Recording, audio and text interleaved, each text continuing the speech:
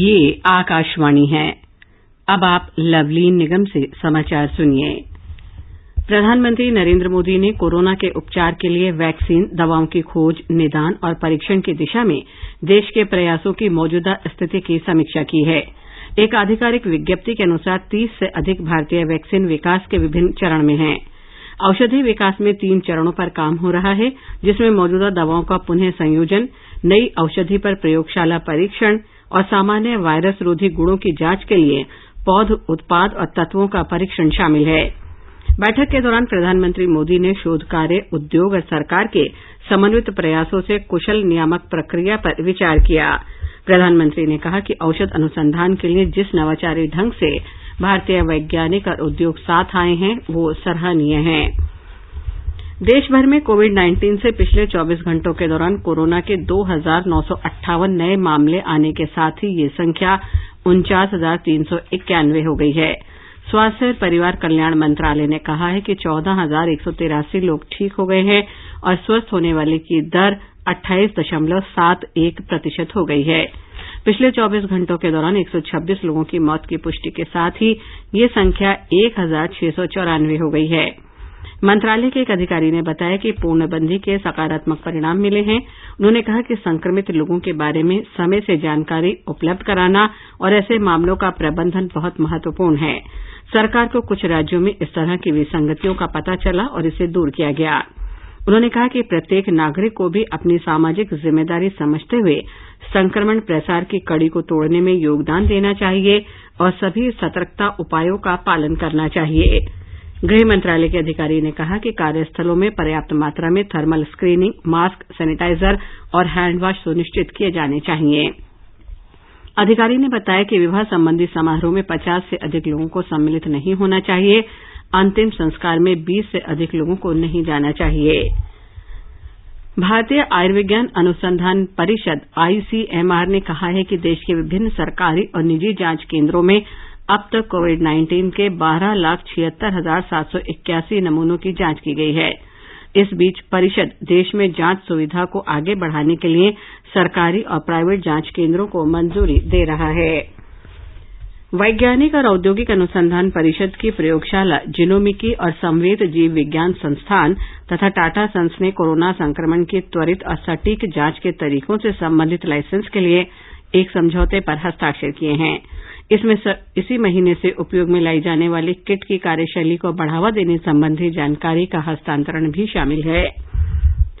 सरकार ने वस्तु और सेवा कर GST के लिए वार्षिक रिटर्न भरने की तिथि और आगे बढ़ा दी है। केंद्रीय प्रत्यक्ष कर और कस्टम बोर्ड ने वित्त वर्ष 2018-19 के लिए GST ऑडिट और वार्षिक रिटर्न भरने की तारीख 30 सितंबर 2020 कर दी है।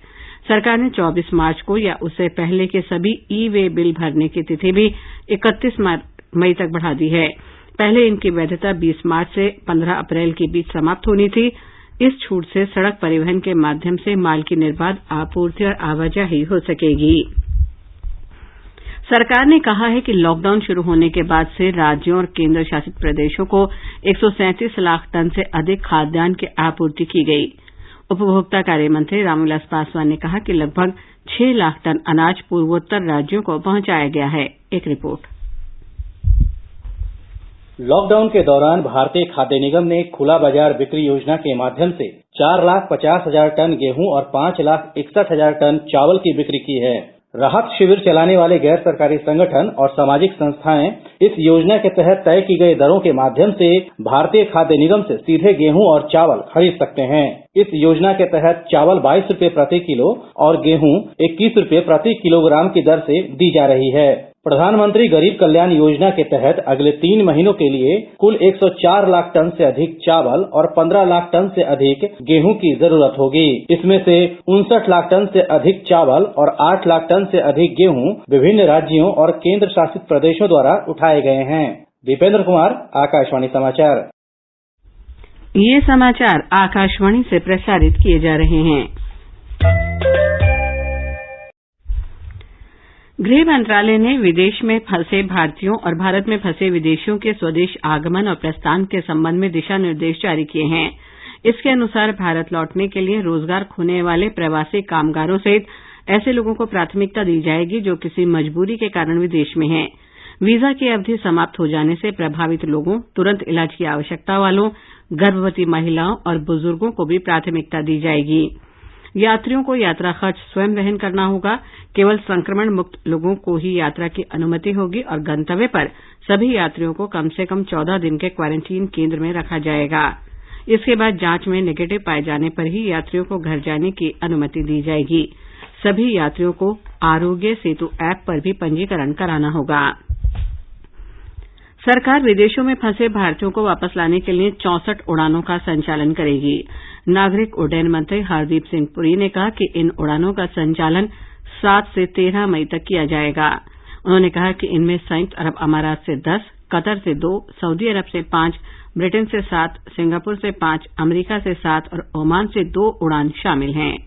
Total number of flights that will be operated during the first week to 64. Operation of these 64 flights has become possible only because we have received the full cooperation of the state governments. विदेश में फंसे भारतीयों को स्वदेश लाने के लिए नौसेना ने समुद्र सेतु अभियान शुरू किया है। इस काम के लिए नौसेना के जलाश और मगर नामक जहाज को माले भेजा गया है ताकि मालदीव से लोगों को निकालने का काम शुरू हो सके। पहली खेप में 1000 लोगों को मालदीव से वापस लाने की योजना है। गोवा सरकार ऑनलाइन पंजीकरण कराने वाले प्रवासी मजदूरों की वापसी पर व्यवस्था कर रही है। उनकी वापसी के लिए ट्रांजिट पास इस शुक्रवार को जारी किए जाएंगे। राज्य सरकार ने गोवा में फंसे और अपने गृह राज्य जाने के इच्छुक मजदूरों की वापसी का काम 2 जिला कलेक्टरों को सौंपा है। मुख्यमंत्री सावंत ने प्रवासियों से राज्य में ही रहने का फिर से आग्रह किया है क्योंकि आर्थिक गतिविधियां शुरू हो गई हैं। दिल्ली सरकार ने कोविड-19 महामारी के कारण लॉकडाउन में फंसे लोगों की जांच और आवागमन के लिए मानक संचालन प्रक्रिया जारी की है। संचालन प्रक्रिया के अनुसार जिन व्यक्तियों में कोरोना के लक्षण नहीं पाए गए हैं उन्हें दिल्ली से बाहर जाने की अनुमति होगी।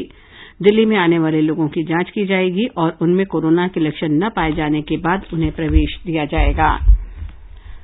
तमिलनाडु में कल 508 और लोगों में कोरोना संक्रमण पाया गया। राज्य में संक्रमित लोगों की संख्या 4058 हो गई है। इस महामारी से 33 लोगों की मौत हुई है। मुख्यमंत्री पलनीसामी ने घोषणा की है कि राज्य के सभी राशन कार्ड धारकों को जून महीने का राशन मुफ्त दिया जाएगा। कर्नाटक के मुख्यमंत्री बीएस येदियुरप्पा ने किसानों, निर्माण कार्य में लगे मजदूरों, बुनकरों, ऑटो टैक्सी ड्राइवरों के लिए 1610 करोड़ रुपए के पैकेज की घोषणा की है। आज बेंगलुरु में इसकी घोषणा करते हुए उन्होंने कहा कि इन सभी लोगों को लॉकडाउन के कारण हुए नुकसान की भरपाई की जाएगी। उन्होंने नए नाईकर सम्मान योजना की भी घोषणा की जिसके अंतर्गत बुनकरों को 2000 रुपए की वित्तीय सहायता दी जाएगी। इस बीच राज्य सरकार फंसे प्रवासी मजदूरों के कल्याण के लिए सभी प्रयास कर रही है। और अब राज्यों से मिल रहे कोरोना संक्रमित मरीजों के ठीक होने के कुछ समाचार।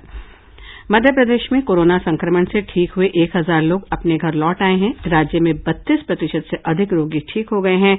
इंदौर में सबसे अधिक 491 जबकि राजधानी भोपाल से 377 संक्रमित लोग ठीक हुए हैं।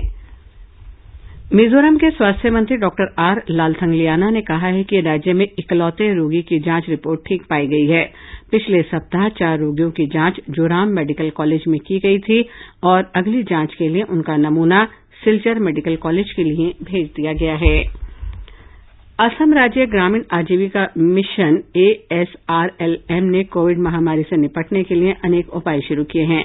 लोगों को जागरूक करने के अलावा 2,82,000 स्व सहायता समूह इस मिशन के तहत मास्क तैयार करने के काम में जुटे हुए हैं।